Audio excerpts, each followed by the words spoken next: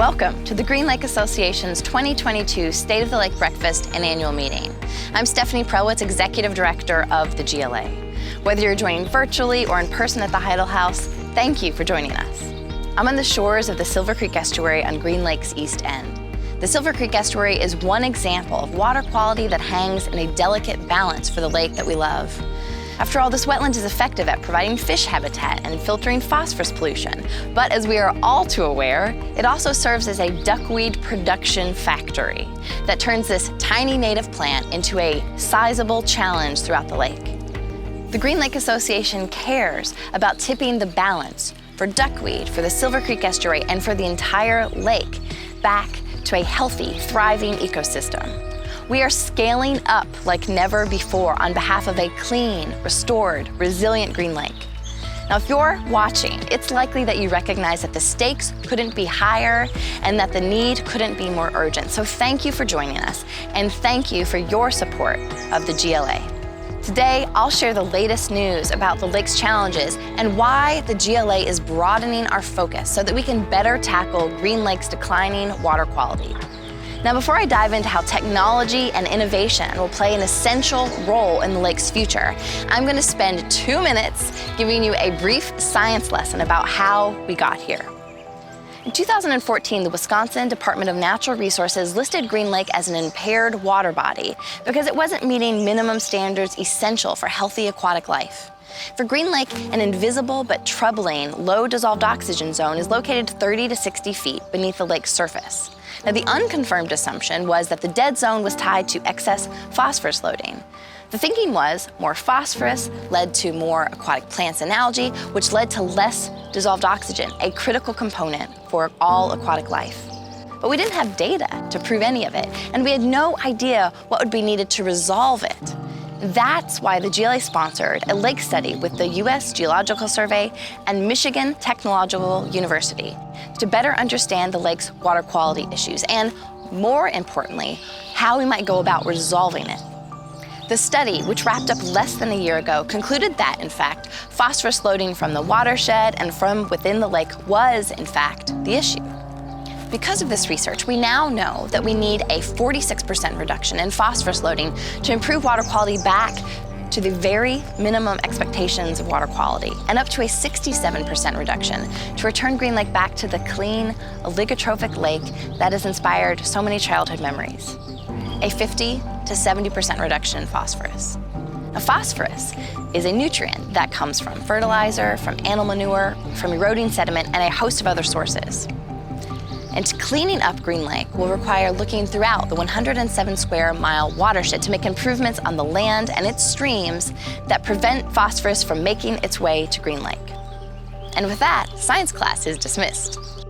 With that context, I want to share how the GLA is protecting Green Lake, and later how technological innovation will play an essential role in quickly intercepting phosphorus if we ever hope to see a cleaner lake in our lifetimes.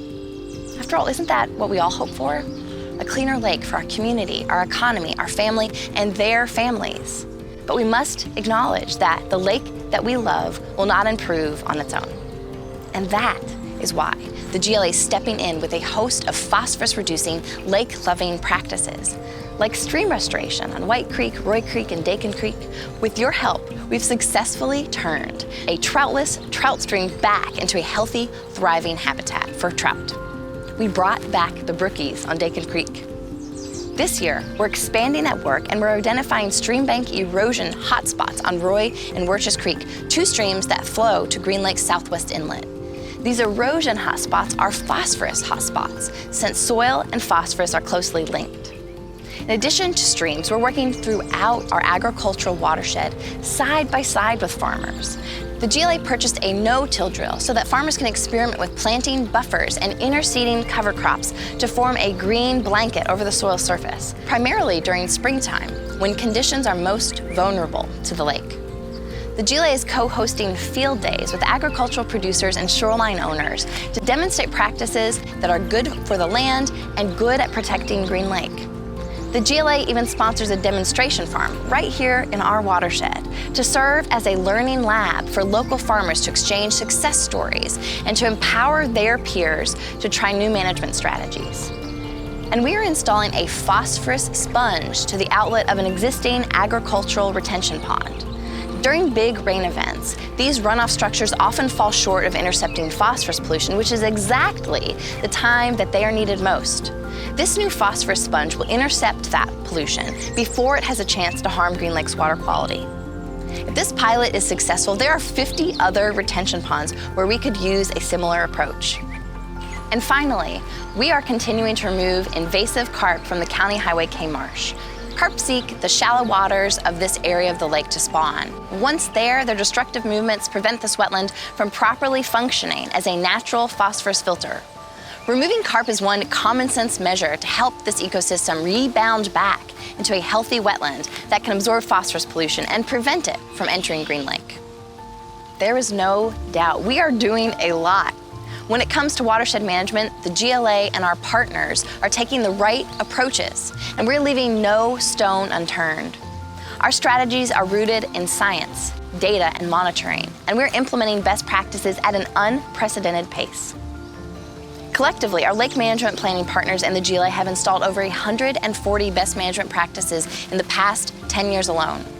But the lake's worsening water quality during this same period reflects the ultimate truth that our efforts, however historic, have been insufficient compared to the enormity of our water quality challenges. After all, we now know that we need a 50% reduction in phosphorus loading just to hit minimum water quality standards.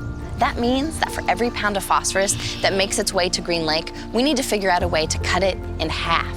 All during a period when our watershed continues to get pounded by record-breaking rain events that partially undo our progress.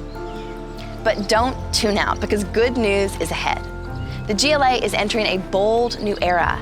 Getting our arms around the scale of our challenge has confirmed that we need a bigger strategy, a bolder strategy. We've expanded our thinking to new terrain, and that is exciting.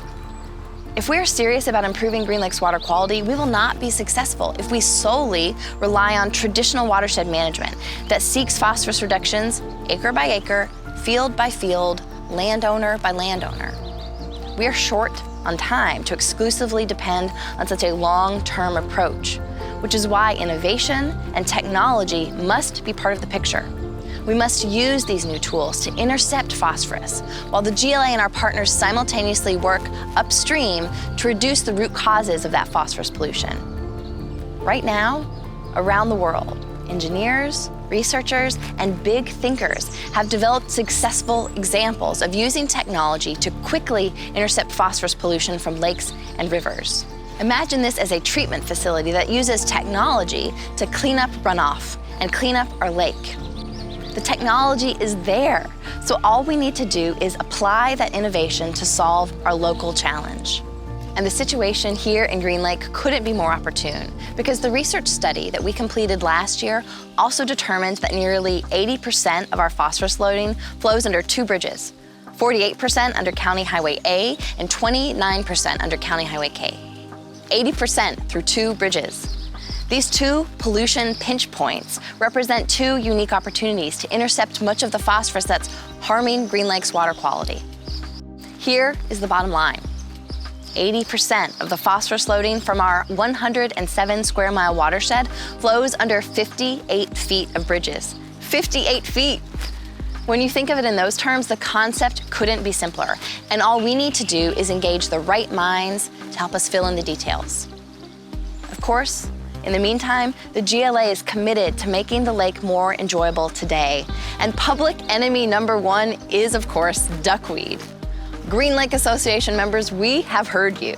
And in response, the GLA has developed the concept of a stationary duckweed harvester, an innovative application of proven technologies to capture duckweed before it can enter Green Lake. Our pilot proposal has cleared all hurdles at Green Lake County, and it still has a substantial review and requires the approval by the Wisconsin Department of Natural Resources. In addition to the stationary duckweed harvester, we're also launching a series of pilot projects to alleviate duckweed problems from within the Silver Creek estuary and throughout Green Lake. There's no doubt that the lake is changing, and changing quickly, which inspired the GLA to launch a weekly monitoring program to look for harmful algal blooms. We've worked with experts to update blue-green algae sampling protocols to reduce the identification time from weeks to minutes. And we're one of 20 organizations nationwide to be the beta testers of a new blue-green algae microscope. All of this brings me so much hope. With your support, we've been able to better understand the magnitude of the issues and leverage the resources of our unique lake association to do something about it. So many of you have told me stories of what it was like to grow up on Green Lake. Water so clear you could see a minnow bucket 40 feet beneath the water's surface. Crystal clear water that packed family cottages all summer, who entertained themselves with sailing lessons and summer camp and using tree ropes to leap off the sandstone ledges of Emerald Shores. With your support, the GLA is working to turn back time so that the lake of the future will be the lake that we remember. But we have to act, and we have to employ innovative tools to get there quickly, because if we don't move quickly enough, boldly enough, we will lose a critical window to be able to affect the lake for good. But if we work together to do something significant, we could forever change Green Lake. But we can't do it alone, and we can't do it without you, but we can do it together. Thank you.